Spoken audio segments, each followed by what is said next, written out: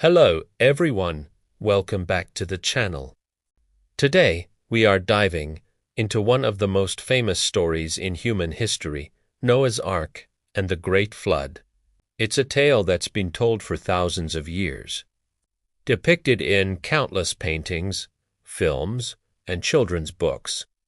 But what happens when we examine this story through the lens of history, archaeology, and science? In this video, we'll explore where the story came from. Similar flood myths appear across different cultures, and what the evidence tells us about whether a global flood actually happened. Let's get started. First, let's recap the story as it appears in Genesis chapters 6 through 9.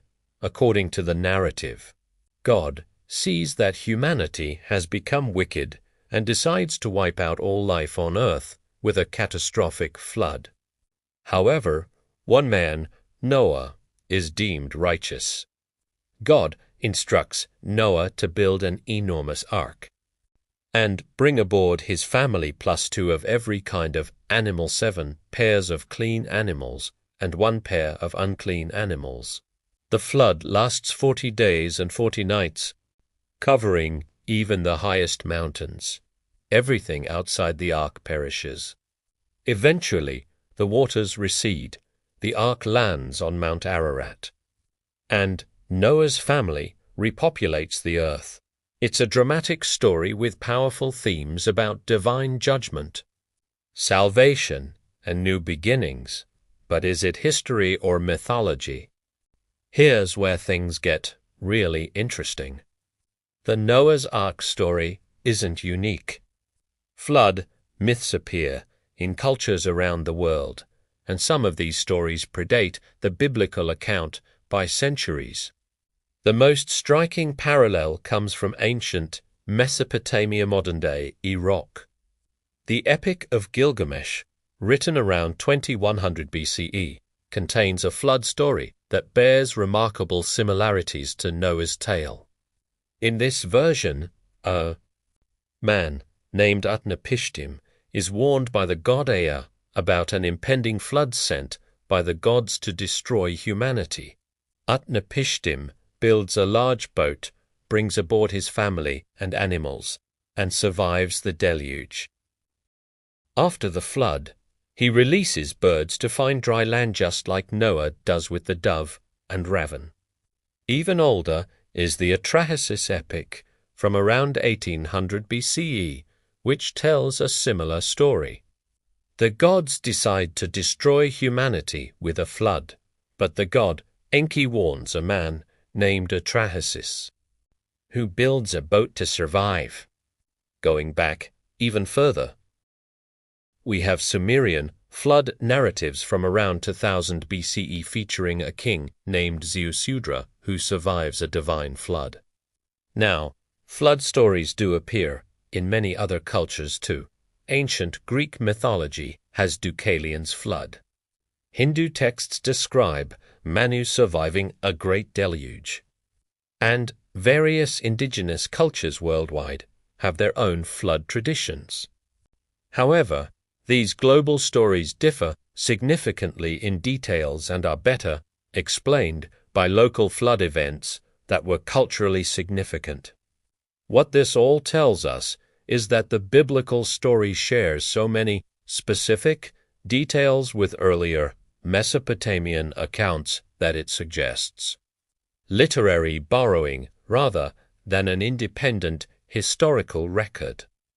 The Hebrew Bible was compiled during and after the Babylonian exile in the 6th century BCE, when Jewish scribes would have been exposed to these Mesopotamian traditions. It appears the biblical authors adapted an existing flood mythology to fit their own theological framework. Now let's examine what would have to be true for this story to be literal history. The problems are substantial. Let's start with the water problem. The Bible states the flood covered all the mountains, even the highest peaks, by at least 15 cubits, which is about 22 feet. Mount Everest is 29,029 feet high. That means water would need to cover the Earth to a depth of roughly 29,000 feet, nearly 5.5 miles of water covering the entire planet. Where did this water come from, and where did it go? The Bible mentions the fountains of the great deep and the windows of heaven, but there simply isn't enough water on Earth for this. All the water in the atmosphere, if it fell at once, would only add about an inch of rain globally. Even if all the ice caps melted, sea levels would rise about 200 feet nowhere, near enough to cover mountains. Next, there's the boat problem. According to Genesis, the ark was 300 cubits long, 50 cubits wide, and 30 cubits high.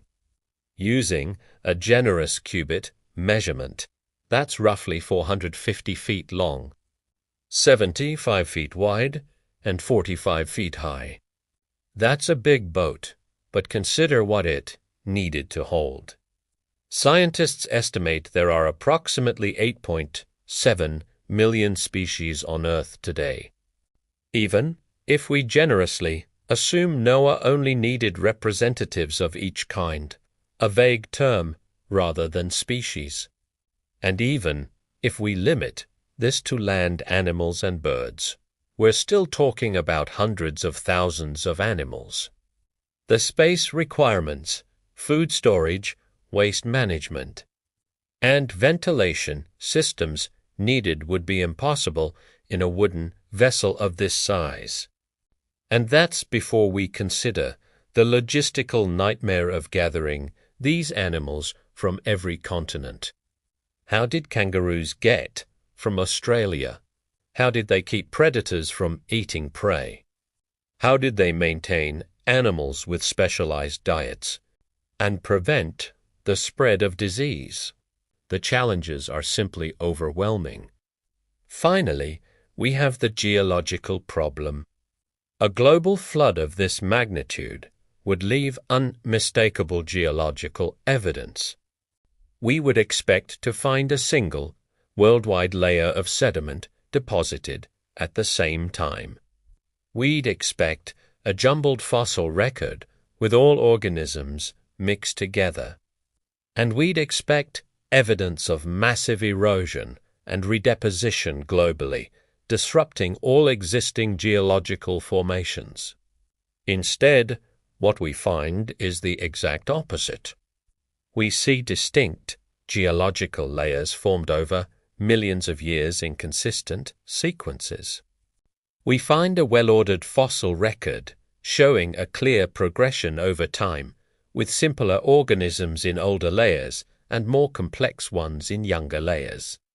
We also find undisturbed geological features that would have been destroyed by a global flood. For example, ice cores from Antarctica and Greenland show continuous annual layers going back hundreds of thousands of years, with no interruption from a global flood. The Grand Canyon itself shows clear evidence of being carved over millions of years by the Colorado River, not rapidly by a catastrophic flood event. Next, let's consider the genetic problem.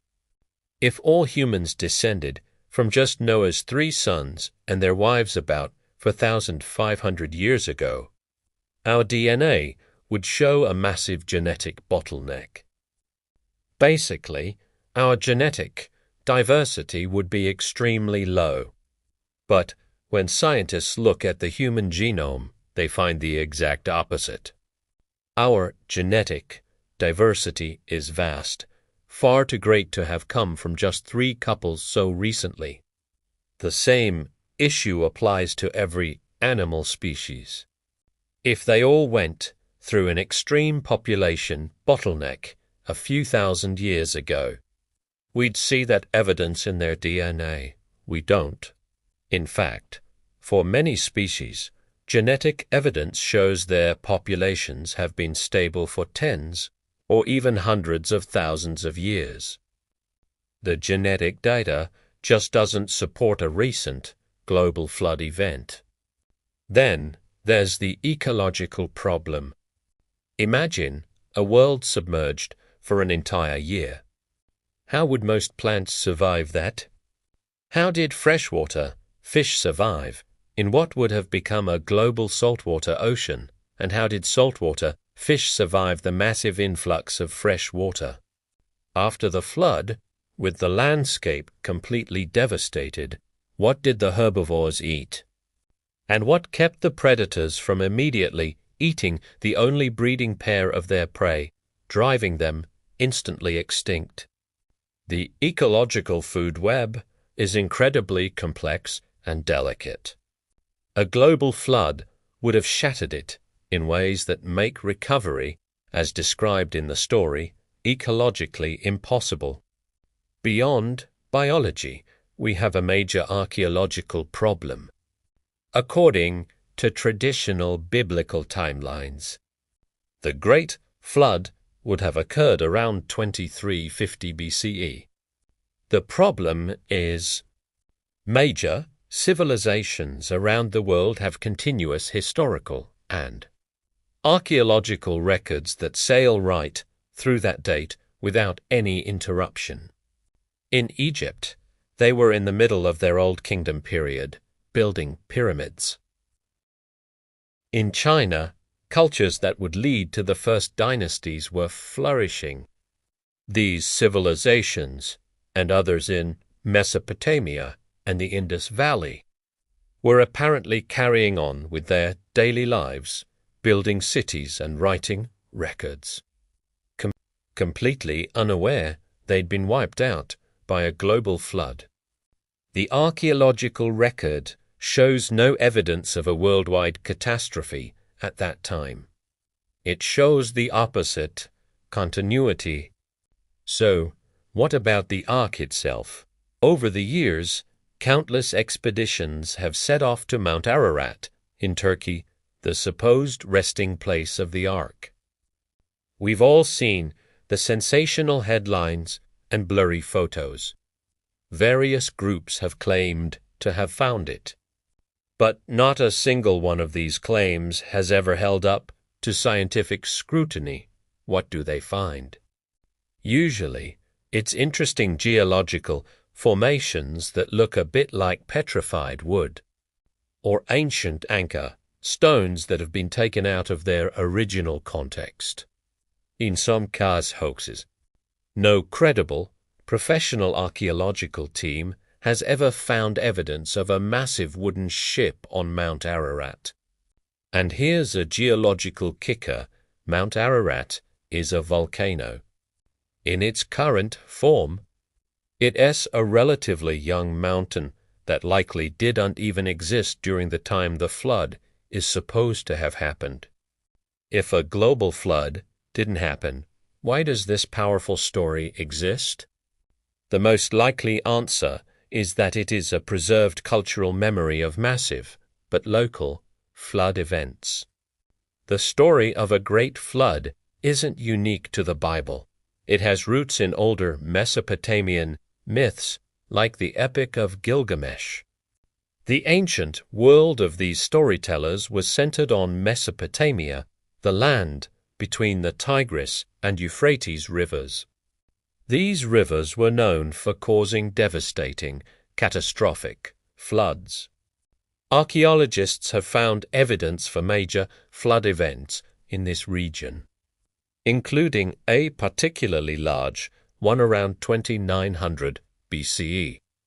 If your entire known world is the Mesopotamian river valley, and that valley is completely inundated, destroying cities and killing thousands, it would feel like the entire world was ending. It's completely understandable that such an event would be recorded in epic, mythological terms. As this story was passed down and adapted by different cultures, it was eventually retold by the authors of the Hebrew Bible to serve their own unique theological message. So, let's bring it all together. Why should a reasonable person conclude that the Noah's Ark story is not literally true? First, the evidence from every relevant field of science: geology, genetics, biology, physics, and archaeology overwhelmingly contradicts it. We're not talking about a few minor issues. We're talking about fundamental conflicts with everything we know about how the world works. Second, we have a much better explanation for where the story comes from. It's a classic example of an ancient Near Eastern myth, one that was borrowed and adapted over time. We even have the earlier versions of the story. Third, the story has its own internal contradictions, depending on which verse you read in Genesis. Noah is told to take either 2 of each animal or 7 pairs of the clean ones. The timeline of the flood itself is also confusing. These inconsistencies suggest the story we have is a composite, stitched together from different traditions, not a single historical eyewitness account. Finally, accepting the story as literal history requires you to reject virtually all of modern science. The two worldviews are fundamentally incompatible. Now, this doesn't mean the story has no value. As literature, as mythology, as a window into the theology and worldview of ancient people, it's incredibly rich and important. Many religious people today read the story as an allegory, finding deep moral and spiritual truths in it without needing it to be a literal historical account. But as a factual report of an event that actually happened on planet Earth, the evidence just isn't there. In fact, all the evidence points in the opposite direction. A reasonable person bases their beliefs on evidence. And when the evidence from so many independent fields all points to the same conclusion, the reasonable position becomes clear. The Noah's Ark story is a powerful myth, not a historical event. Thanks for watching. I know this can be a sensitive topic, and I really encourage you to explore the evidence for yourself. I'll put links to some excellent scientific and academic resources in the description below. If you found this video informative, please give it a like and subscribe for more content that looks at ancient stories through the lens of modern science and history. Let me know in the comments what other myths or stories you'd like to see examined. Until next time, keep learning and evidence.